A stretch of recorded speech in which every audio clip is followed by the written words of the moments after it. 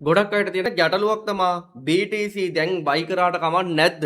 එහෙමත් නැත්නම් BTC 66000 කියන ප්‍රයිස් ලෙවල් එක නැත්නම් 65800 කියන ප්‍රයිස් ලෙවල් එක බ්‍රේක් කරන් තව අප් වෙයිද? එහෙමත් නැත්නම් තව BTC මාකට් එක ඩ්‍රොප් එකක් යන්න තියනවද? ඉතින් අද අපි ලෙසන් එකෙන් කතා කරන්නේ BTC ගැන අප්ඩේට් එකක්. ඉතින් බලමු එහෙනම් අපි BTC අප්ඩේට් එක මොකක්ද වෙන්නේ කියලා. දැන් BTC වලට අපි ඉන්වෙස්ට් කරත් හොඳයිද? එහෙම නැත්නම් තව ටිකක් අපි බලාගෙන ඉන්න එක හොඳයිද කියන එක අද ලෙසන් එකෙන් අපි කතා කරනවා.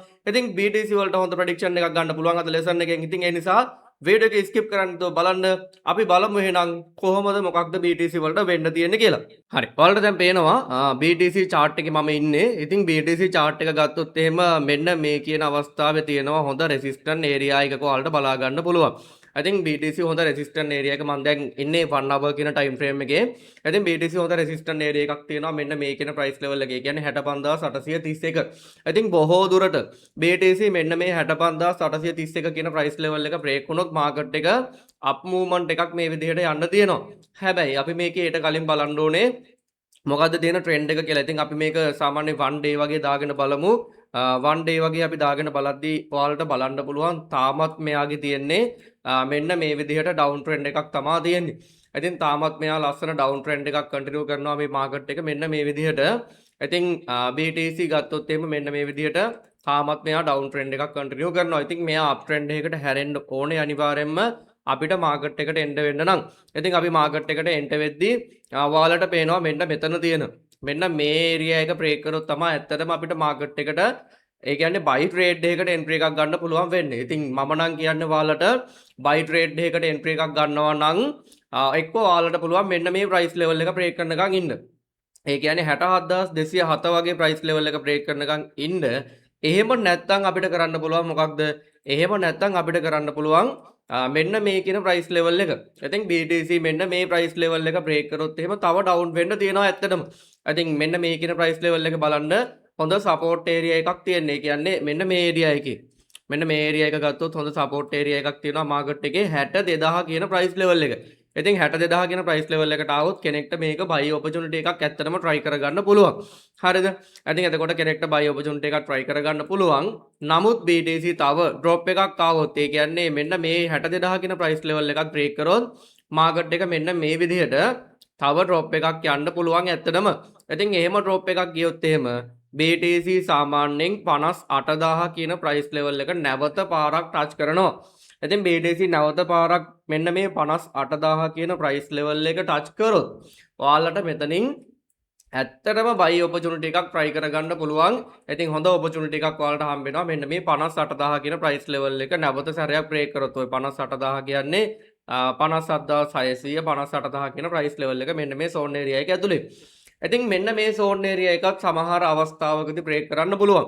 ඉතින් අපි බලමු එහෙනම් මෙන්න මේ zone area එක break කරොත් market එක මොන වගේ දෙයක්ද ඇත්තටම වෙන්න පුළුවන් කියන කාරණාව. ඉතින් ඔයාලට පේනවා තාම මෙන්න මේ price level එක break කරගන්න බැරුව තමයි BTC ඇත්තටම දඟලන්නේ තාම මේ 62000 කියන price level එක. ඉතින් 62000 කියන price level එක break කරොත් එන්න තියෙන්නේ 58000ටනේ. 58000 කියන price level එක break කරොත් අපි බලමු කීයට වගේ එන්න පුළුවන්ද කියලා. හරි. ඉතින් මම නම් බලාපොරොත්තුෙන් ඉන්නවා BTC ඔන්න ඔය 62000 කියන price level එක break කරොත් එහෙම මෙන්න මේ කියන area එකට market එක එයි කියලා. ඉතින් මගේ නම් ප්‍රෙඩික්ෂන් එක තියෙන්නේ මෙන්න මේ කියන area එකට market එක එයි කියලා. ඒකට හේතු කීපයක් තියෙනවා. ඉතින් මේ හරිය අපි SMC advance පැත්තෙන් ගත්තාම අපි කතා කරන දේවල් ටිකක් තියෙනවා මේ පැත්තේ. මෙතන හොඳ strong OB එකක් තියෙනවා. ඉතින් ඒ OB එක order block එකක් තියෙනවා. එතනින් එහාට ගිහපුවාම අපි forward time frame එකේ ගත්තාම අපිට එතන imbalance එකක් තියෙනවා market එකේ. ඉතින් ඔන්න ඔය වගේ දේවල් ටිකක් තියෙනවා. එහෙම වුණොත් එහෙම market එක බොහෝ දුරට ඔන්න ඔය කියන zone area එකට touch වෙන්න පුළුවන්. ඉතින් ඒ නිසා මම නම් කියන්නේ තාම ඔයාලා BTC වලට එන්ට නොවි ඉන්න එක හොඳයි. ඉතින් කෙනෙක්ට BTC වලට ඉන්වෙස්ට් කරන්න ඕනේ නම් ඔයාලට පුළුවන් DCA එහෙම නැත්නම් dollar cost average කියන method එක use කරගන්න. dollar cost average කියන දන්නේ නැති කෙනෙක් ඉන්නවා නම් මම වීඩියෝ එකක් දාලා තියෙනවා. ඒ වීඩියෝ එක බලන්න පුළුවන් ඔයාලට. හරි. ඉතින් එතකොට මෙන්න මේ කියන price level එක දැන් ඔයාලට තියෙන තීරණාත්මක අවධියක ඇත්තටම. ඉතින් BTC මේ වෙලාවේ හොඳ තීරණාත්මක අවධියක තියෙනවා. ඉතින් මාකට් එක මේ විදිහට අප් වෙන්න පුළුවන්. එහෙම වුණොත් මාකට් එක මෙන්න මේ resistance area එකෙන් නැවත පාරක් මේ විදිහට ඩම්ප් වෙන්න පුළුවන්. right. ඉතින් මේ ඩම්ප් එකත් එක්ක ඒ ඩම්ප් එක හරියට ඒ කියන්නේ bearish market එකට හැරුණොත් හරියට මෙන්න මේ මාකට් එක මම අර කියපු ප්‍රයිස් ලෙවල් එකට එන්න පුළුවන්. ඒ කියන්නේ 53000 සහ 49000 වගේ ප්‍රයිස් ලෙවල් එක ඇතුලේ කන්සල්ටේට් වෙලා තමයි මේ මාකට් එක නැවත පාරක් හොඳ අප් මූව්මන්ට් එකකට යන්න තියෙන්නේ. ඉතින් මාකට් එක ඔයාලට මෙන්න මේ ලෙවල් එකට ආවොත් එහෙම ඔයාලට පුළුවන් ඇත්තටම මේකට ඉන්වෙස්ට් කරන්න. මොකද හේතුව BTC ඒ කියන්නේ මම ඇනලයිස් කරන මගේ ඉන්ෆර්මේෂන්ස් එක්ක BTC 1,80,000 කියන වගේ ප්‍රයිස් ලෙවල් එකකට යන්න තියෙනවා. ඉතින් ඒ නිසා 1,80,000 වගේ ප්‍රයිස් ලෙවල් එකකට යන්න තියෙනවා.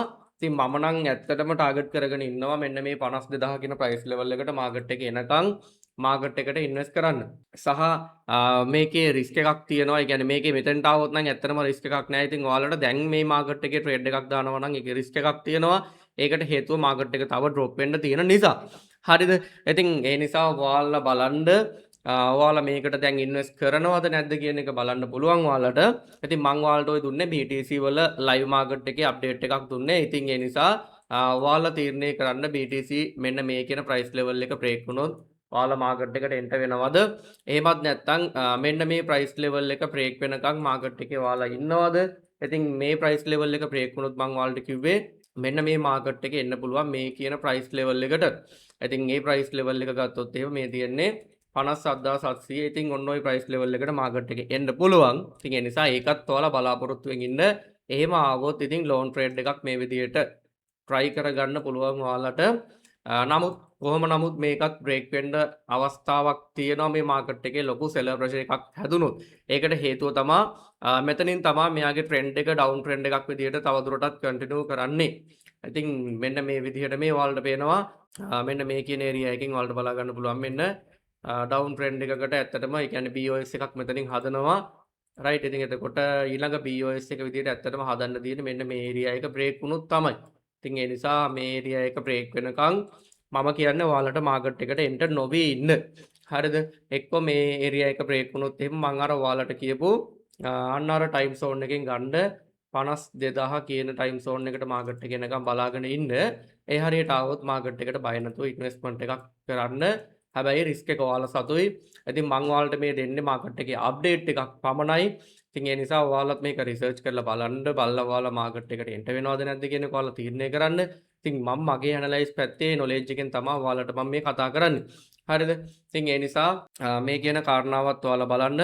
ඉතින් ඔයාලට මේ වගේ ලයිව් මාකට් අප්ඩේට්ස් ඕන නම් අනිවාර්යයෙන්ම කමෙන්ට් එකක් දාන්න. මම ඔයාලට ලයිව් මාකට් එක සම්බන්ධව අප්ඩේට්ස් ඉස්සරහට ගෙන්න බලාපොරොත්තු වෙමින් ඉන්නවා. හැබැයි ඔයාලගේ කමෙන්ට්ස් මත.